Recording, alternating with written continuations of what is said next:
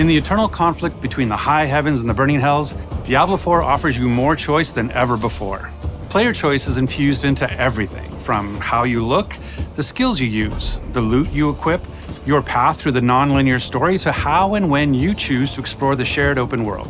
We want players to play their own way and have their own choice of how they're going to build their character. Between all of our different systems, you can really create a custom character in ways that was not available in previous Diablo titles.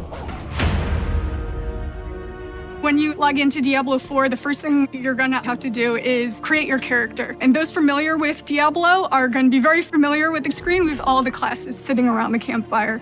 In Diablo IV, we got 5 classes. The Barbarian is your fantasy of a fierce warrior fighter. The Barbarian is the weapon master of Diablo IV, being able to pick up any weapon, jump into the fray, and do really badass stuff with it. They're very strong, they're very physical. They can take different weapons for different situations and use them to their maximum effect. The Sorcerer is really your elemental mage. You have fire, ice, lightning. You can either focus on one or you can kind of be a jack-of-all-trades mage and use abilities from all 3. They're a little more fragile than other classes, tend to be more ranged. The Rogue, unlike the Barbarian, they are a little bit more clever. They're very fast. They have the ability to imbue their weapons with different elemental energies, and they can modify them to do different things. The Rogue has 2 different types of play styles. You have the ranged crossbow type gameplay, or you have the in-your-face daggers, poisons. You can lead the enemies into traps that have huge effects, more stealthy type gameplay. The Druid is really this shapeshifter. When you cast certain skills, you change your form, what you look like and what you can do. They can turn into werebears or werewolves. If I cast a werewolf skill, I turn into a werewolf and I do werewolf things. If I cast like Pulverize, for example, which is a werebear skill, I turn into a werebear, I slam the ground really hard. Fits the fantasy, it's pretty cool. They can also become masters of nature magic with earth and store magic. Last but not least, we got the Necromancer. They raise armies of the dead. They have different types of minions. You've got your skeletal warriors, your skeletal mages, and then your golem. You have blood magic or bone magic that you can also take advantage of and tackle combat that way. If you've played a previous Diablo game and you enjoyed a certain play style, you can actually bring that into Diablo IV, or just try something completely new. No matter which class you play, there's going to be multiple different avenues and fantasies that you can chase. You can customize your character in ways you've never been able to before, with near-endless character creation and transmog options. In previous Diablo games, you had to be attached to certain archetypes and look a certain way. And in Diablo IV, it's really up to you how you want your character to look. You'll be able to choose from different facial structures from people all over the world. No matter where you are, you'll be able to say, hey, I can actually make someone that looks like me or looks like someone from my part of the world, which we're really proud of. You can pick a hairstyle for your character, and every class actually has a specific hairstyle that no other class can use. You can pick your eye color. We have some really fun ones. We have eye glowing, we have a bloodshot type eye, and then you can actually pick a marking, which is a tattoo or a design that covers your entire character, and there are dozens of those. Transmog is the idea that you can take a piece of gear and change the appearance of it to look like a different piece of gear. As far as aesthetics, the sky's the limit. However you can think of making your character, you can make it that way. Everybody's going to look completely different in Diablo IV.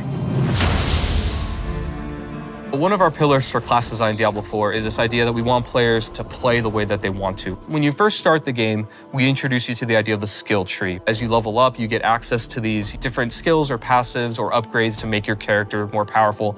Each category has a few different skills that are all similar. They're either all defensive or all offensive, all ice or all fire. You can either focus on a very specific section or you can pick and choose. The first skill point when you unlock a new skill is going to give you access to that skill. After that, you can put additional points into any skill that you have, and it's going to make it better, whether it increases the radius or adds some new effect or reduces the cooldown through some special way. You can actually branch out in a very different direction, even if 2 characters actually started at the same place. The Paragon board is a late game system that once you've completely filled out your skill tree, you think you have a build, it will really let you delve into the theory crafting and the depth of Diablo 4's skill system. And these boards, they can move through them spending their Paragon points, and they have nodes that give them very basic stats like intellect or dexterity. We also have more powerful nodes. We have rare nodes that have different effects where they can totally modify a skill to do something additional or different, or they can even make new connections between skills so that players can have new ways to play their character. Legendary nodes are equivalent to legendary powers, where they have more powerful effects that can change the builds and ways that characters play. You can start planning this long journey of, okay, I want to hit this node, and then I want to hit this node. I'm going to apply this board, and I'm going to start from this side, and really just get into a super complex, very specific build for your character. Legendary items are really rare and powerful items that you're going to find as you adventure through the world of Sanctuary. We have quite a few different categories of legendaries and how they do that. Some of them will actually change your skill or enhance it in some way. Frozen Orb, for example, it might say, hey, every single time you use your Frozen Orb, it applies a new effect. And then I can actually take advantage of that new effect that it has. Even if the item itself is maybe not as good as the one you have, you can still extract that power from it, take advantage of it, and use it for your build. One thing that our players can look forward to is that a lot of our classic, really rare and most powerful items from previous titles are going to be returning as uniques in Diablo 4. Unique items are very similar to legendaries, but they're unique, which means if that ability is actually on a chess piece, it's always going to be on that chess piece because it's more powerful than a regular legendary effect. Crafting is a big part of Diablo 4. We have all kinds of different ways that you can upgrade and interact with NPCs to make your gear better. You can increase the item level or power of your gear, so you can actually get a piece of gear and just make it stronger. You can also add sockets to your gear so that you can put gems inside of it. There are a lot of different ways that players will be able to customize their experience in Diablo 4. Every single player is going to have a different experience and a different build at the end of the day. Because we have all of these different ways to make your own character, there's a lot more possibility compared to previous titles of how you want to play, how you want to build your character. We really are doubling down on this idea that you can look the way you want, you can play the way you want, you can really make your own fantasy in this game. Hell welcomes all, and so does Diablo 4. In the coming weeks, we'll be sharing even more about how to play your way. Now, our launch on June 6th is getting closer. Closer still if you got early access.